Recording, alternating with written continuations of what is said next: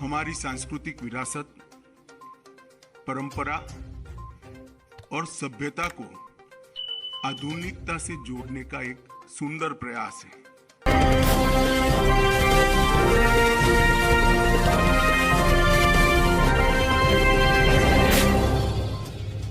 नमस्कार, ट्रूसैक खबर में आपका स्वागत है। 28 मई रविवार को देश के प्रधानमंत्री नरेंद्र मोदी नए संसद भवन का उद्घाटन करेंगे। इस बारे में केंद्रीय गृह मंत्री अमित शाह ने कहा है कि आज़ादी के अमृत महोत्सव के अवसर पर देश के प्रधानमंत्री जी 28 मई को संसद का नवनिर्मित भवन राष्ट्र को समर्पित करेंगे। एक प्रकार से ये नया संसद भवन प्रधानमंत्री जी की दूरदर्शिता का प्रमाण है, जो नए भारत के निर्माण में हमारी सांस्कृतिक विरासत, परंपरा और सभ्यता को आधुनिकता से जोड़ने का एक सुंदर प्रयास है। नया संसद भवन प्रधानमंत्री जी की दूरदर्शिता का प्रमाण है। बता दें कि सुरक्षा की दृष्टि से काफ़ी मजबूत भूकंप रोधी इस 4 मंजिला इमारत को बनाने की जिम्मेदारी टाटा प्रोजेक्ट को दी गई थी।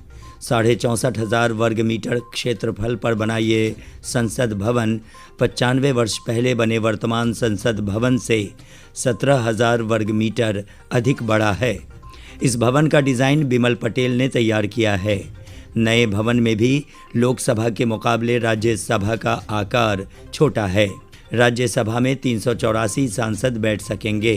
दोनों सदनों की संयुक्त मीटिंग में कुल 1280 सांसद एक साथ बैठ सकेंगे।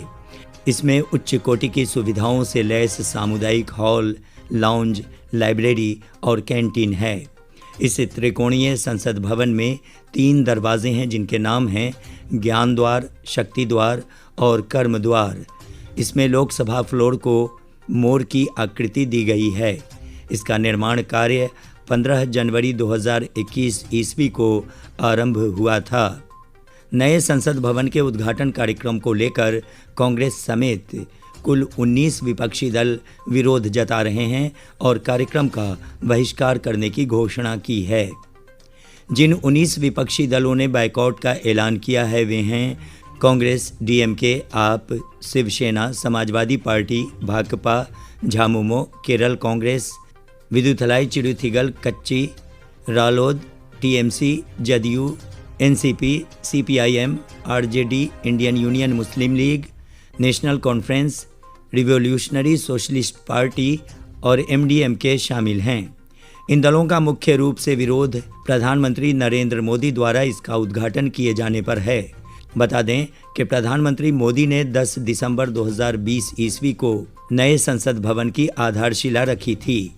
विपक्षी दल इसका उद्घाटन राष्ट्रपति द्वारा नहीं कराए जाने पर इसे राष्ट्रपति का अपमान बताते हुए बहिष्कार कर रहे हैं, तो दूसरी ओर प्रधानमंत्री मोदी के लिए ये एक महत्वपूर्ण मौका होगा, जिसे वो 2024 ईस्वी के चुनाव हेतु भी एक अवसर के रूप में देख रहे होंगे।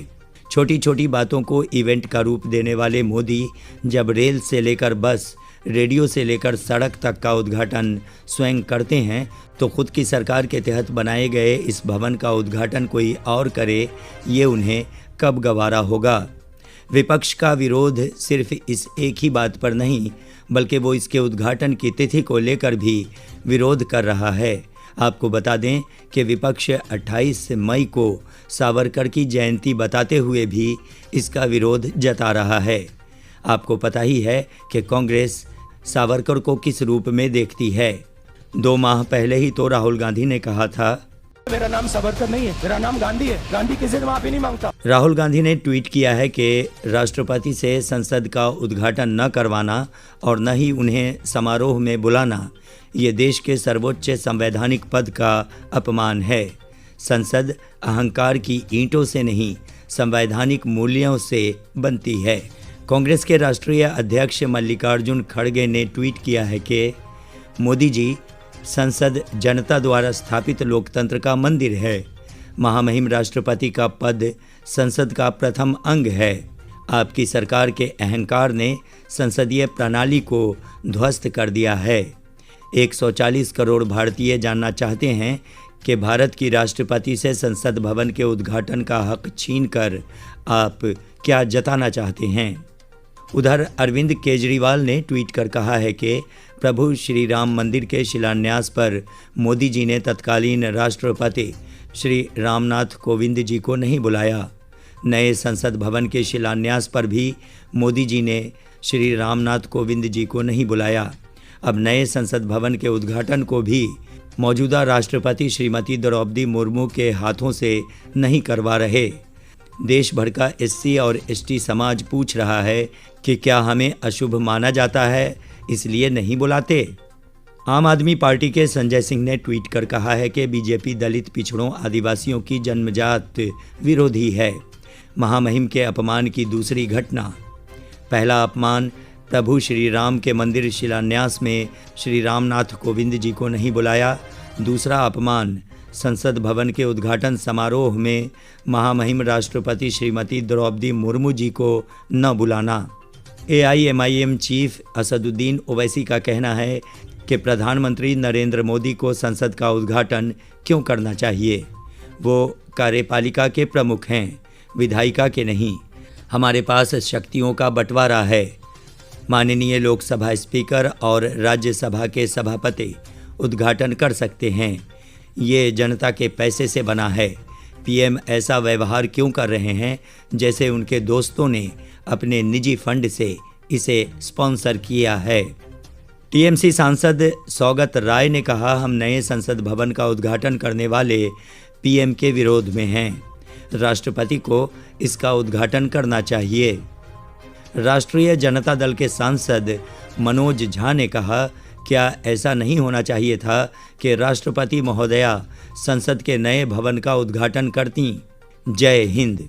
माकपा महासचिव सीताराम येचुरी ने ट्वीट किया है कि जब नई संसद भवन की आधारशिला रखी जा रही थी तो PM मोदी ने राष्ट्रपति को दरकिनार किया, लेकिन उद्घाटन समारोह में भी महामहिम राष्ट्रपति को नज़रअंदाज करना अस्वीकार्य है। जवाब में भाजपा ने भी पलटवार किया है। केंद्रीय मंत्री हरदीप सिंह पुरी ने कांग्रेस पर हमला बोलते हुए कहा, कांग्रेस की आदत है कि जहां नहीं होता है वहां विवाद खड़ा कर देती है।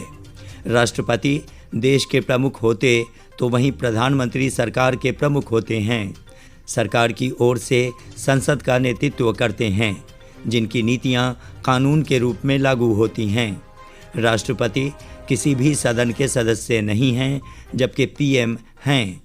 कुछ लोगों को राजनीतिक रोटियां सेकने की आदत पड़ गई है। उधर मायावती भी सरकार के पक्ष में खड़ी हो गई हैं।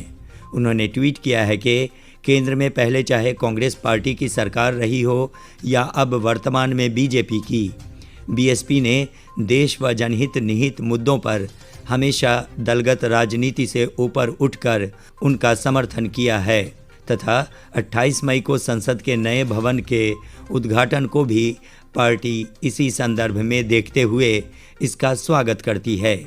राष्ट्रपति द्रौपदी मुर्मू जी द्वारा नए संसद का उद्घाटन नहीं कराए जाने को लेकर बहिष्कार अनुचित।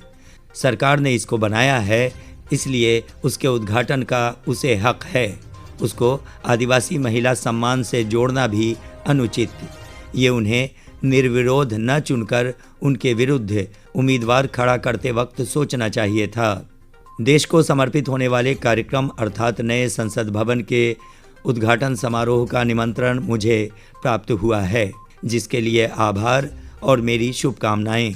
किंतु पार्टी की लगातार जारी समीक्षा बैठकों संबंधी अपनी पूर्व निर्धारित व्यस्तता के कारण मैं उस समारोह में शामिल नहीं हो पाऊंगी। इन्हीं वार पलटवार के बीच अब ये मामला सुप्रीम कोर्ट तक पहुंच गया है। राष्ट्रपति द्वारा संसद भवन का उद्घाटन किए जाने को लेकर सुप्रीम कोर्ट में एक जनहित याचिका दायर की गई है, जिसमें ये मांग की गई है कि नए संसद भवन का उद्घाटन राष्ट्रपति को करना चाहिए। अब देखना यह है कि इस मामले पर कोर्ट का क्या फैसला होता है, साथ ही इन 19 विपक्षी दलों का क्या रुख रहता है।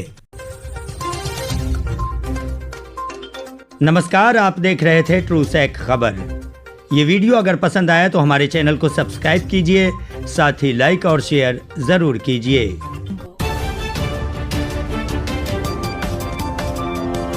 ट्रूसैट खबर, ताकि सच पे रहे आपकी नजर।